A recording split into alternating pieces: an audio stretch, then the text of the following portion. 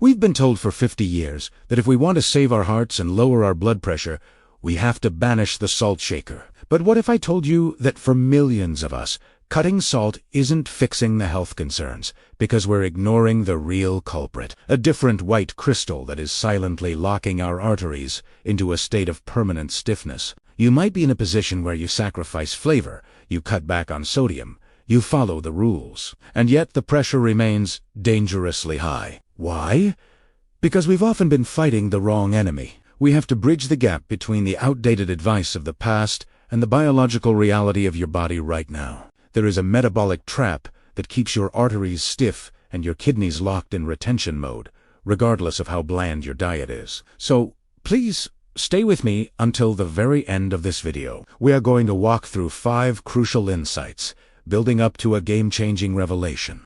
One that explains exactly why your pressure might not be dropping even if you are doing everything right. It's a mechanism that most doctors don't have the time to explain, but it is the key to unlocking your health. Just a quick, important reminder before we dive in.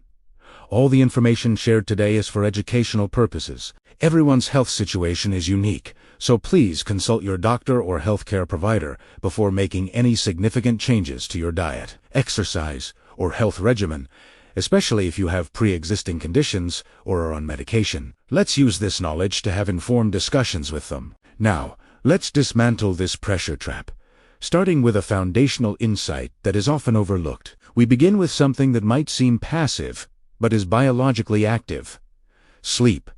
This is our insight number 5. The Autonomic Reset Protocol. You might be thinking, I know I need to sleep. But let's look at the specific challenge we face here. High blood pressure is often a symptom of a body that is stuck in fight-or-flight mode. This is what we call high sympathetic tone. When you don't sleep well, or when your sleep is fragmented, your body never gets the signal to switch off the adrenaline and switch on the relaxation response. The difficulty is that many of us view sleep as just rest.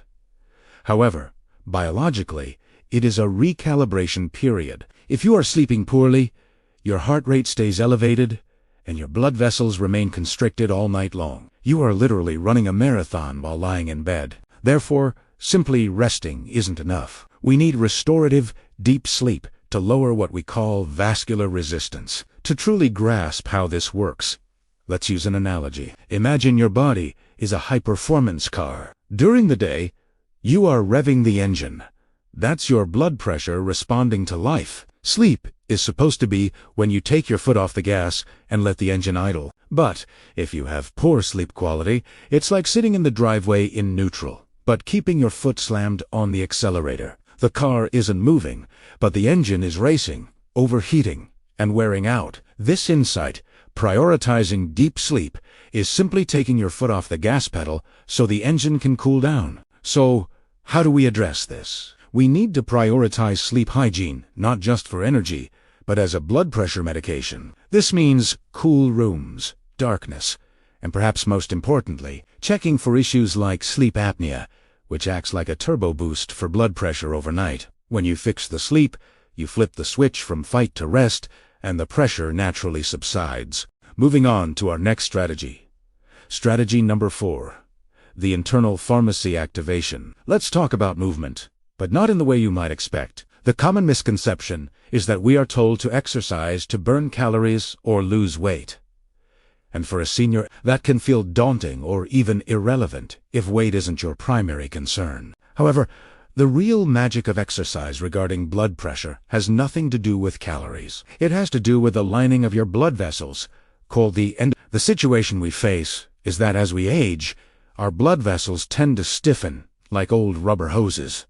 They lose their elasticity. Therefore, the blood has to squeeze through harder, raising your pressure. However, your body has a built-in mechanism to fix this, a molecule called nitric oxide. Think of your blood vessels like a series of garden hoses. Over time, they can get stiff and crusted over. Exercise, specifically aerobic movement like walking or swimming, creates a specific type of friction of blood against the vessel wall. This friction is like using a power washer on the inside of the hose. It signals the lining to release nitric oxide, which acts like a miracle grease. It relaxes the vessel, opens it up, and makes the hose flexible again. But you have to turn the water on. You have to move to get that grease to release. Now, when it comes to this strategy, it's especially important for us to approach it with awareness. If you haven't been active in a while, please remember to start gently and listen to your body. A simple, brisk walk is often enough to trigger this effect. You don't need to run a marathon. And, as always, it's wise to discuss any new exercise routine with your doctor. By viewing movement as a way to dispense your body's own natural medication, nitric oxide, you change the goal. You aren't exercising to be thin. You are exercising to mechanically soften your arteries. This brings us to a crucial secret number 3, the mineral balance scale. This bridges the gap between the food we eat and how our body handles volume. This is the potassium to sodium ratio. The disconnect we face is that modern industrial food has completely inverted the natural order of things. We focus so much on low sodium that we completely forget about sodium's partner, potassium. In a natural, whole food diet, potassium is high and sodium is low. But in processed foods, even the ones marketed as healthy, sodium is high and potassium is almost non-existent. This becomes tricky because your kidneys use potassium to help excrete sodium. It's a teeter-totter relationship. If you have enough potassium, your body can easily dump excess salt. Therefore, if you are potassium deficient, which many seniors are because we don't eat enough vegetables, your body holds on to sodium aggressively to maintain balance. Let's use an analogy to make this clear. Imagine your kidneys are a busy nightclub bouncer. Sodium is the rowdy guest trying to get in and cause chaos, raising pressure. Potassium is the bouncer's helpful assistant. When the assistant, potassium, is present, he helps the bouncer escort the rowdy guest, sodium, out the back door quickly and efficiently. But if the assistant is missing, the bouncer gets overwhelmed, and the rowdy guests start piling up inside the club, creating chaos and pressure. This secret isn't just about cutting salt, it's about adding the assistant back into the equation. By eating potassium-rich foods like avocados, leafy greens, and legumes, you are hiring more assistants for your kidneys. This allows your body to naturally lower its own pressure by flushing out the sodium you and need, rather than hoarding it. Now, we are getting closer to the root cause with key insight #2, the fiber firewall. This insight deals with how we protect our bloodstream from the shocks of the modern diet. The issue arises because many foods we eat, especially refined carbohydrates like white bread, instant oats, or crackers, turn into glucose, sugar, instantly upon hitting our stomach. This causes a massive spike in blood sugar. But NADA provided a solution to this that we have stripped away: fiber. This is critical because when we eat these naked carbs, our system gets flooded. Therefore, the pancreas has to scream for help by pumping out insulin. We will get to why insulin is the villain in a moment. But first, we must understand the defense. Fiber acts as a brake. Think of your digestion like a fireplace. If you throw loose newspaper, refined carbs, or sugar into the fire, it flares up instantly, a dangerous, hot, uncontrolled burn. That's a sugar spike. But if you add a big, thick log, fiber, to that fire, it burns slowly, steadily, and manageable. The log prevents the flare-up. This insight is about ensuring that every time you eat carbohydrates, you have a fiber firewall in place, vegetables, beans, whole grains, to turn that dangerous flare-up into a slow, safe burn. By installing this firewall, you prevent the metabolic chaos that forces your body to raise its pressure. It is a simple addition to your plate that fundamentally changes how your body processes energy. And now, we arrive at the most vital truth. The game-changing revelation number 1. The Metabolic Pressure Trap, also known as the Insulin-Sodium connection. This explains why you might struggle to lower blood pressure despite cutting salt. Here is the reality. For decades, we believed that salt raised blood pressure simply by attracting water. And while that is true to an extent, it is not the whole story. The bigger question is, why do your kidneys decide to keep the salt in the first place? Why don't they just pee it out? The answer is insulin. When you eat sugar or refined carbohydrates, your insulin levels rise. We know insulin controls blood sugar, but, and this is the critical part, Insulin is also a signal to your kidneys to reabsorb sodium. It tells your kidneys, don't let the salt go.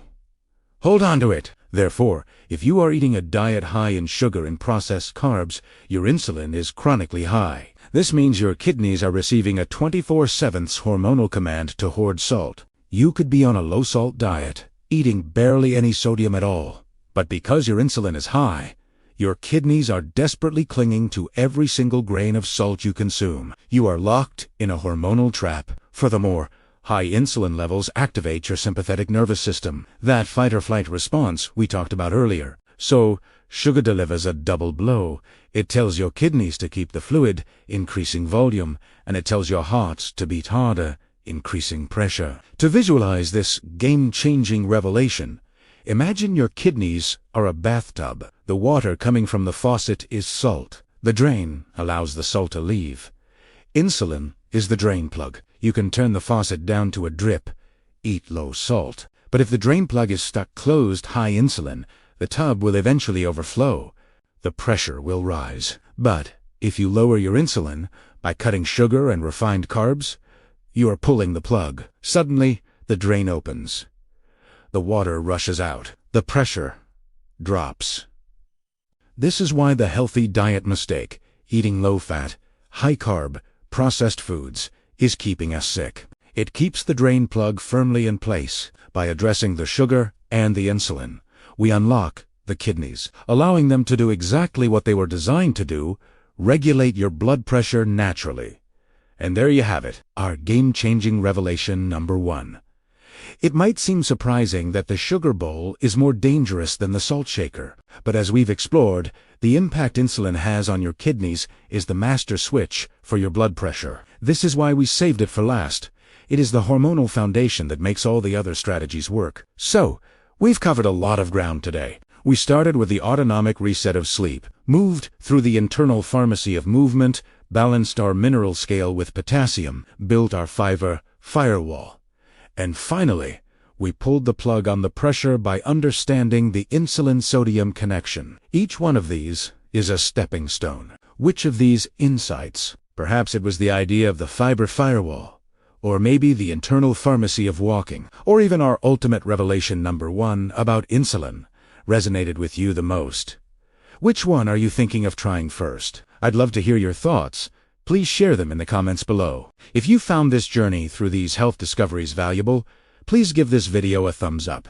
It really helps others find our community. And don't forget to subscribe and hit that notification bell for more powerful strategies tailored for our fantastic group of healthy seniors. Until next time, stay healthy, stay curious, and keep thriving.